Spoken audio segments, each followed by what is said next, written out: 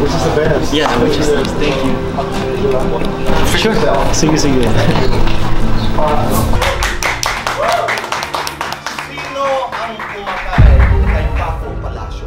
Sino ang pumatay kay Paco Palacios? Chang Susan, Tonito J. Chang Susan, ikaw ba ang pumatay kay Paco Palacios? Hindi po, hindi ako pumatay. Chang Susan, sabihin mo na. Hindi po ako dahil pinasususpensa ng Tonito J. Hindi po. Ikaw ang pumatay siguro. Upa ka naman magkasabot kayo. Bonito, magsabi kayo ng totoo. Sino hindi? Rafael!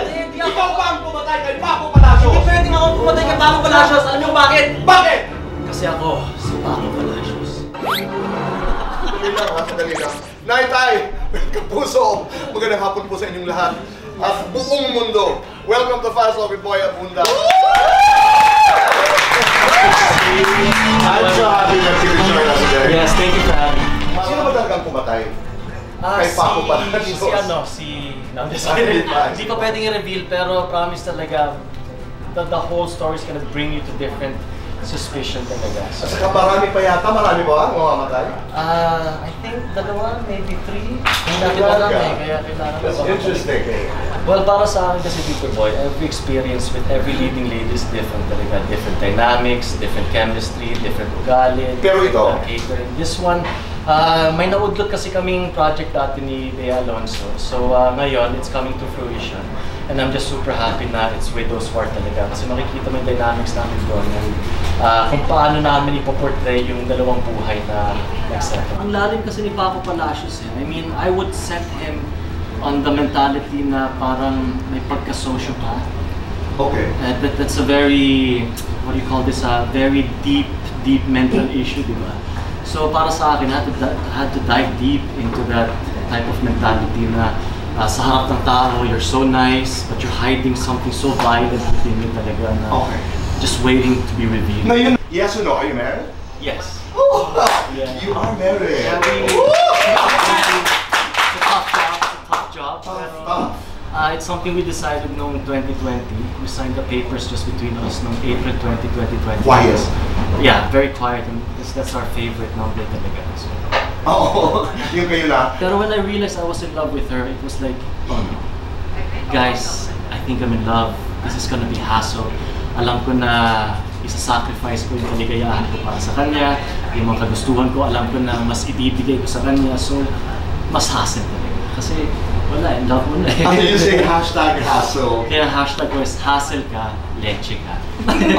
She got my heart eh. Wala akong magawa eh. Love is such a difficult force to fight against. When you want to give something, when you want to give your whole heart, it's so tough not to do it. Yung philosophy ko kasi sa buhay is more on being grateful for everything that I get, that I achieve.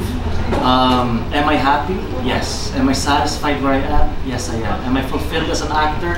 Yes, I am. Kasi ang dami kong iba't ibang klaseng projects na iba't ibang klase yung kailangan na yun na-require sa akin na talent for that particular character. Do I deserve more? And could I do more? Personally, I feel younger than ever. I feel stronger than ever. My health is at optimum. I think I could do more. Make love, fight war. Make love. Maglilihim, aamin. Mang-aakit, mananakit. Mga Tahimik, matinik. matinik. Traidor, tirador. Tirador. Lights on or lights off? Lights. Happiness or chocolate? Happiness. Best time for happiness? At night. Complete this. In life, all I need is Your love.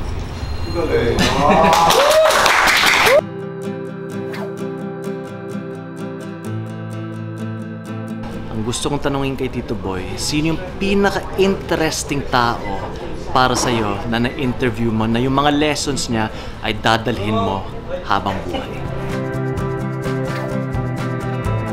So para sa akin, yung buong interview kanina, kinakabahan ako. Pero the more I talk with Tito Boy, the more comfortable I get. And yun, doon siya magaling na linalabas niya yung totoong personality mo. At ang galing niya magtanong without offending you and making you feel na safe space siya para sumagot. So the overall experience with Tito Boy talaga, I would love to guest more. I would love to have longer conversations with him. Personally, gusto ko siya makausap ng hindi na sa set kasi I believe he stores so much knowledge sa mga experience niya sa pag-i-interview sa mga tao sa showbiz and outside.